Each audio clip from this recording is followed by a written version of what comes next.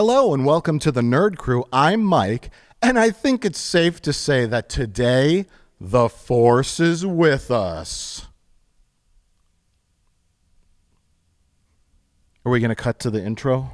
This is the part I was just thinking we would cut to the intro.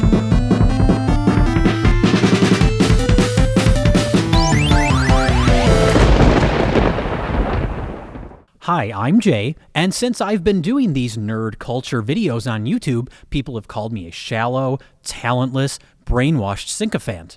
And to them, I say,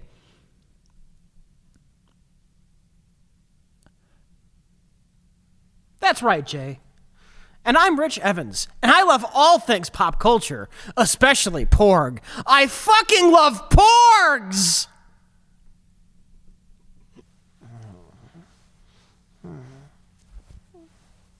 Aren't they the greatest? You know, guys, when some Japanese originally thought of the idea for Pac-Man, he called it Puck-Man.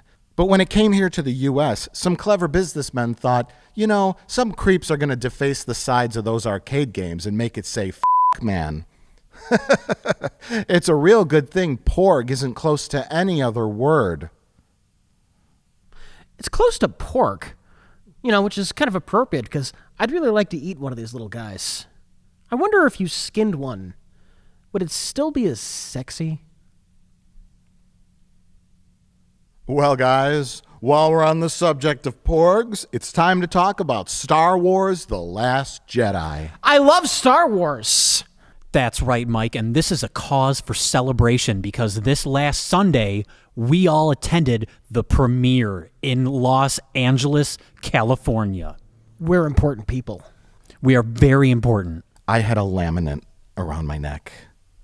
That meant I am an exclusive person and I'm elite. I also wore a tuxedo and took a selfie in front of a robot. I'm not sure which one it was. Premieres, especially Star Wars, might be the most exciting thing in the world. Nothing else compares. That's right, Rich. It's been really hard these last couple of days keeping these lips sealed. It's time to start talking about Star Wars. But we do have to warn everyone that there are spoilers ahead. Major spoilers. Spoilers in the house! Ahoy! Spoilers, mateys! I'm dead inside. Ahoy! Spoilers! Anchors away!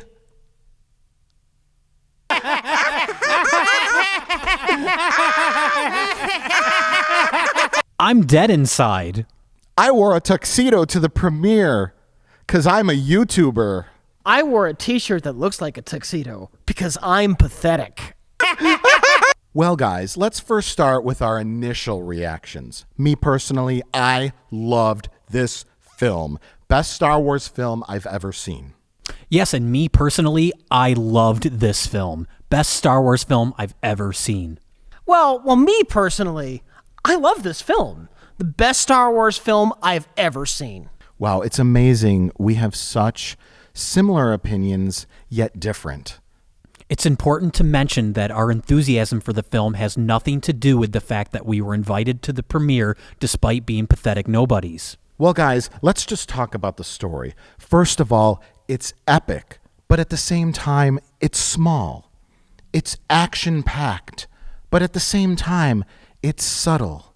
It's loud, but at the same time, it's quiet. For me, I think the most emotional moment was when Luke Skywalker was killed by Snoke right in front of Rey. Whoa, slow down there, Tiger. Let's take this a step at a time. We did say spoilers, didn't we? Spoilers in the house. Spoilers, ahoy! I'm so ashamed of myself. The first thing we see is Rey on the island with Luke Skywalker, right where we left off with The Force Awakens. And Luke trains Rey in a completely original plotline. She goes seeking his help, just like Luke sought the help of Yoda. No, Mike, it's very, very different because now it's Rey and Luke. It's a completely different situation. It is a little different. I mean, the location is different. They're not in a swamp. Luke is a tall man, while Yoda is a short man, and Rey is a female, while Luke was a male, I think. But Luke teaches her about the Force, and let me just tell you, I had so many goosebumps on my body, you could just call me a down pillow. But then she convinces Luke to leave the island inside the Millennium Falcon. We get to see Luke in the Millennium Falcon again, and again, that gave me so much goosebumps all over my whole body that a weird green liquid shot out of my ass. Can I just say, it was so nostalgic and fulfilling to see the Millennium Falcon again after all these decades. I mean, we have not seen it since Return of the Jedi. No, it was in the last film. The Force Awakens. Oh, I did not see that film. Now, the most important thing about this Porg subplot is that it does not connect to the main story in any way, but you don't mind because it's just so adorable. Well, it does mildly connect because, at the end of the film, the Porgs had to, just like they had to climb up on top of each other to get the fruit, they had to do the same thing at the end to get Rey's lightsaber so they could give the lightsaber back to Rey. Oh, that's true. That's true. That was a very satisfying moment. That was that sequence where the Porgs were running around the fourth Death Star. Then it really took a different direction when Snoke got up off his throne and stepped on the Porg. And we saw that its guts were purple. I mean, that's something that we can now add to the Star Wars canon. Let's talk about the big reveal that Snoke is the father of Anakin Skywalker. He is an ancient Sith Lord who willed Shmi Skywalker into pregnancy with Anakin. He created Darth Vader by the will of the dark side. And really, when they said that and Luke discovered this terrible truth that a deformed CGI monster was his grandfather, I had so many chills go down my spine that I...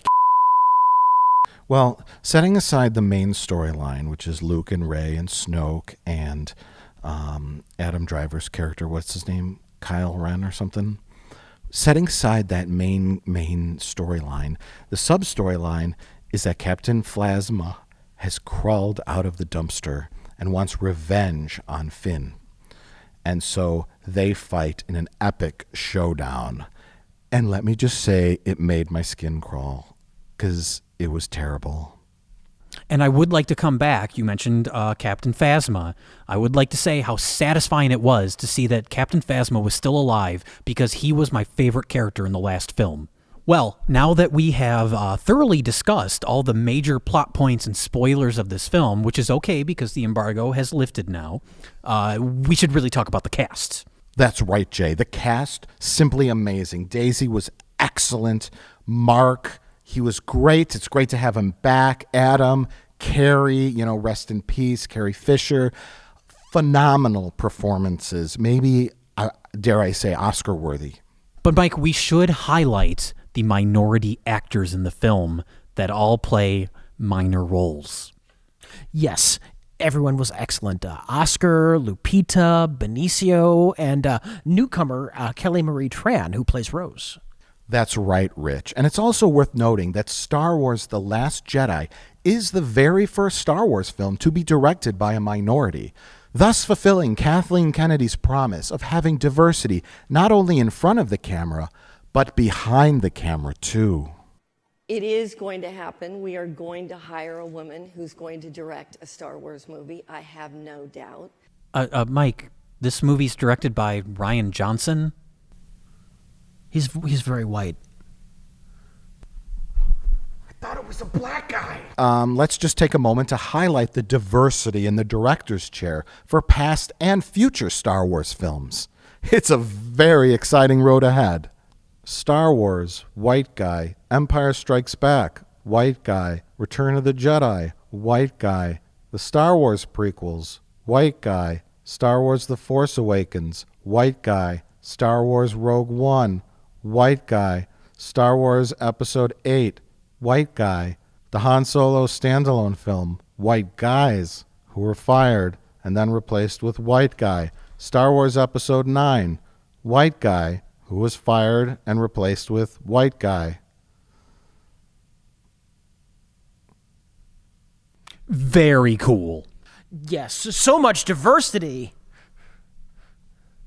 Mike, I feel like we maybe have gotten a little off topic. Let's talk about the film. That's a great idea, Jay. I think we're going to move on at this point.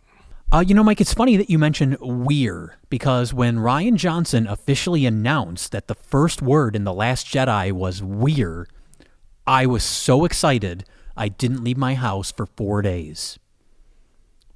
Nobody called, nobody noticed. I know. Weird can mean just so many things. So many things. So many things. It literally opens up a whole galaxy full of possibilities. Well, of course, though, now that we've seen the film, we know the line is, "We're going to Han's funeral. You coming?" Of course they are. Why wouldn't the whole galaxy want to attend the funeral of an obscure elderly space pirate that nobody's heard of?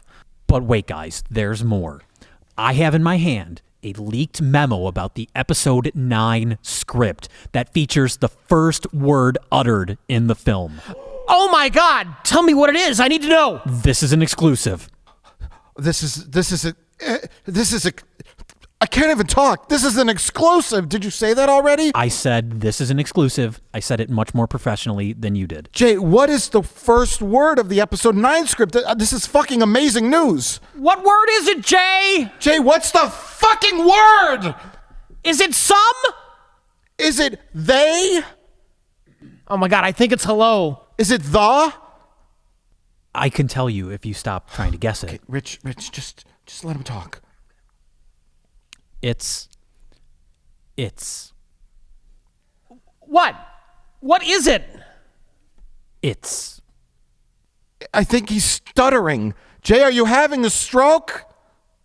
No, the fucking first word of the movie is it's. It's. Where's the apostrophe? It's after the T. It's after the T. It's a contraction. That means it's before the S. Yes, it's a contraction. That means it is. Oh my God. What is it though? I don't know. Very cool. It's could mean so many things. How about it's time to get revenge on that nasty old Snoke? Or how about it's an attack? Look, TIE fighters. It's time for someone other than a white dude to direct a Star Wars movie. On that note, it's time to take a moment to thank some of our sponsors. Transformers Flavor Ice. Transform your taste buds into flavor. You know, Mike, when my parents strand me at a desert planet to fend for myself, I know it's very important to keep my teeth clean.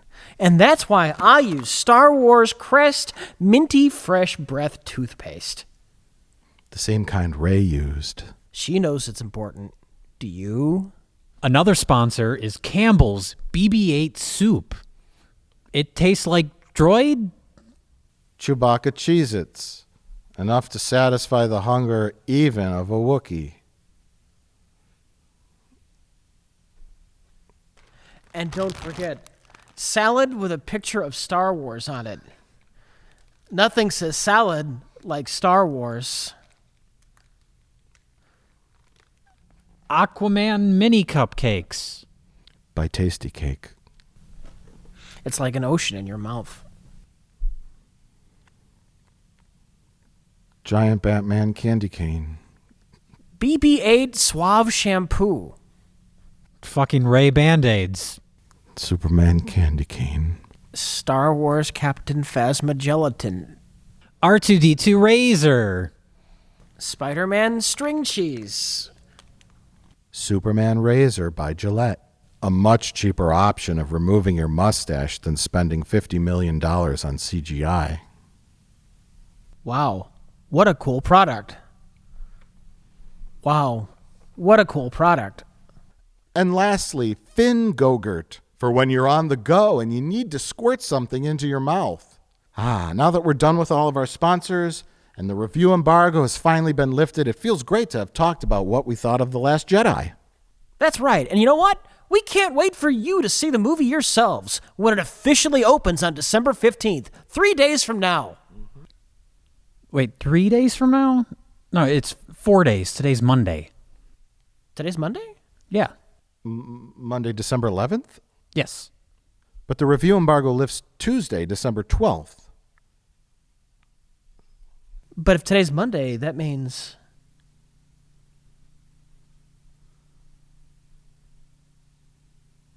Oh, no. We'll never be invited to another premiere again. Oh no, I like feeling important! I love wearing laminates. Hurry! Shut off the fucking cameras! Go, go, go!